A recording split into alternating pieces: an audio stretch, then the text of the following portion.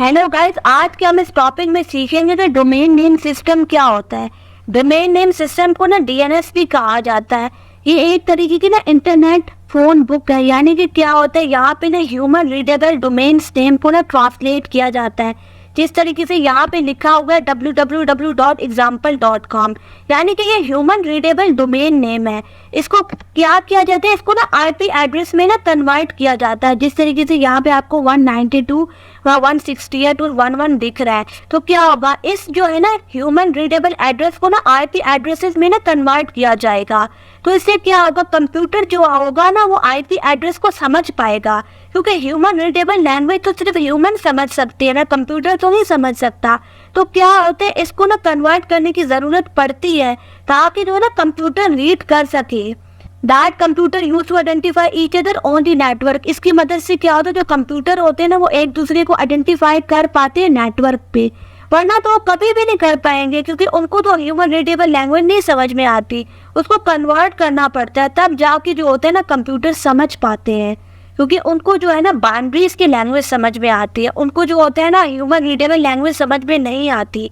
तो ये होता है डीएनएस। अब डीएनएस किस तरीके से काम करता है, यूजर रिक्वेस्ट, यानी कि क्या होता है, आप जो ना अपने ब्राउजर में डोमेन नेम टाइप करते हो ना, मिसाल लेते हैं आपने फेसबुक खोली, तो आप जो ना ब्राउजर में टाइप करोगे, मतलब कि इसका मतलब ये कि आप यूजर रिक्वेस्ट सेंड कर रहे हो।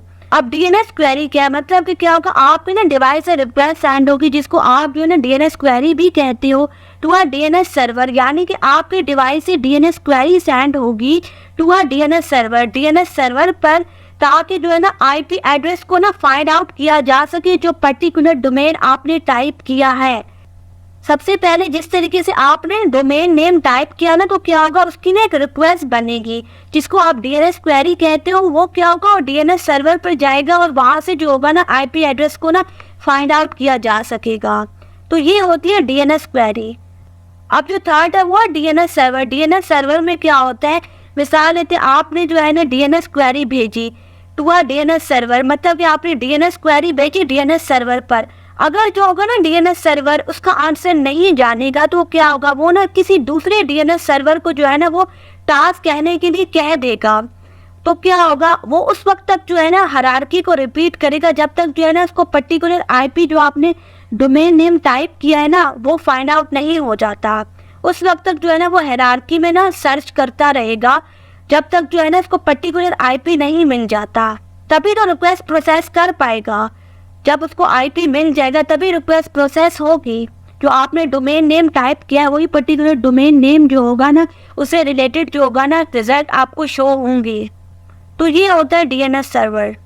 अब रिस्पांस क्या है, रिस्पांस मतलब कि जो डीएनएस सर्वर होता है ना वो ना आईपी एड्रेस को जो है ना दोबारा भेजता है आपके डिवाइस पे, ताकि क्या हो, आपको ना पर्टिकुलर रिजल्ट मिल सके और आप जो है ना उस वेबसाइट के साथ कनेक्ट हो सको जो आपने पर्टिकुलर वेबसाइट को ब्राउजर में टाइप किया था।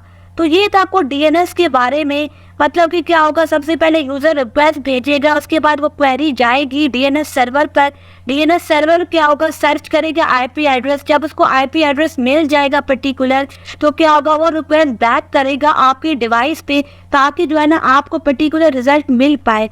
This is the way DNS work. अब डीएनएस इतना जरूरी क्यों है, इससे क्या होता है, इजी नेविगेशन हो जाती है। मतलब कि यूजर को क्या होता है, आईपी एड्रेसेस को ना मेमोराइज करने की जरूरत नहीं पड़ती। आपको सोचो ना, अगर यूजर को इतने सारे आईपी एड्रेसेस को मेमोराइज करना पड़े तो वो कभी भी नहीं कर पाएगा। लेकिन क्या होता है, डीएनएस की मदद से वो ह्यूमन रीडेबल जो है ना टेक्स्ट को जो है ना आईपी एड्रेसेस में कन्वर्ट कर पाता है। तो क्या होता है, दोनों के लिए आसानी हो जाती है। कंप्यूटर को जो लैंग्वेज समझ में आती है वो जो है ना उसमें कन्वर्ट कर देता है और आपको भी ना अपना डिजायर रिजल्ट मिल जाता है। इससे क्या होता है, नेविगेशन आसान हो जाती है। आपको जो है ना हैवी मेमोराइजेशन नहीं करनी पड़ती। आप आसानी के साथ जो है ना बस टेक्स्ट को याद कर लो, डोमेन नेम को याद कर लो और जो है ना आप जो है ना इसको टाइप करो ब्राउजर में। बाकी का काम डीएनएस जो है ना वो कर देगा। ये होती है इजी नेविगेशन। अब जो सेकंड पॉइंट है वो है लोड बैलेंसिंग। लोड बैलेंसिंग में क्या होता है, जो लार्ज साइट्स होती है, मतलब कि जो बहुत बड़ी साइट्स होती है ना, वो डीएनएस का इस्तेमाल करती है ताकि जो है ना ट्रैफिक को डायरेक्ट किया जा सके डिफरेंट सर्वर के ऊपर। यानी कि क्या होगा, डीएनएस का इस्तेमाल इसलिए किया जा सकता है ताकि ट्रैफिक को ना भेजा जा सके डिफरेंट सर्वर पर। इसलिए जो होगा ना लोड बैलेंसिंग आसान हो जाती है डीएनएस की मदद से। अब जो थर्ड पॉइंट है वो रिडंडेंसी एंड रेजिलेंस। इससे क्या होगा, जो मल्टीपल डीएनएस सर्वर का इस्तेमाल किया जाता है ना, उससे क्या होता है रिलायबिलिटी जो होती है ना वो बढ़ जाती है। मिसाल लेती है एक डीएनएस सर्वर फेल हो गया तो क्या होगा, दूसरा जो है ना यूज हो जाएगा। इससे क्या होगा, यूजर को तो जो है ना अपना डेटा मिल जाएगा ना, जो वो साइट जो है ना एक्सेस करना चाहता है, यूजर को तो अपना डिजायर रिजल्ट मिल जाएगा ना। तो इसकी वजह से क्या होता है, इस कॉन्सेप्ट को रिडंडेंसी एंड रेजिलियंस कहा जाता है। अब क्या होता है, जो डीएनएस होता है ना उसकी वजह से क्या होता है, वेबसाइट को एक्सेस करना बहुत ज़्यादा सिंपल बन जाता है, फास्ट बन जाता है और रिलायबल बन जाता है। जिस तरीके से मैंने आपको पहले बताया कि इसकी मदद से आप भी ना इजीली नेविगेट कर सकते हो, यानी कि आपको जो ना हैवी आईपी एड्रेसेस को मेमोराइज करने की कोई ज़रूरत नहीं है। लोड बैलेंसिंग हो जाती है, यानी कि क्या होता है, जो बहुत बड़ी साइट्स होती है ना वो डीएनएस को जो है ना इस्तेमाल करती है ताकि ट्रैफिक को जो है ना डिफरेंट सर्वर्स पे भेजा जा सके। और रिडंडेंसी और रेजिलियंस होती है, यानी कि क्या होता है, एक सर्वर जो होता है ना अगर फेल हो जाए तो जो ट्रैफिक होती है वो दूसरे सर्वर पर चली जाती है, यूज़र को जो है ना अपना रिजल्ट मिल जाता है, डिज़ायर वो जो रिजल्ट चाहता है। अब डीएनएस की वजह से क्या होता है, यूज़र को ना बहुत ज़्यादा आसानी हो जाती है। कोई कॉमन यूज़र भी जो होता है ना डीएनएस की मदद से जो होता है ना इंटरनेट यूज़ कर पाता है। तो ये था आपको डीएनएस के बारे में, और डीएनएस किस तरीके से वर्क करता है या फिर डीएनएस क्यों ज़रूरी है। उम्मीद है कि आपको ना ये लेक्चर पसंद आया होगा। Thank you.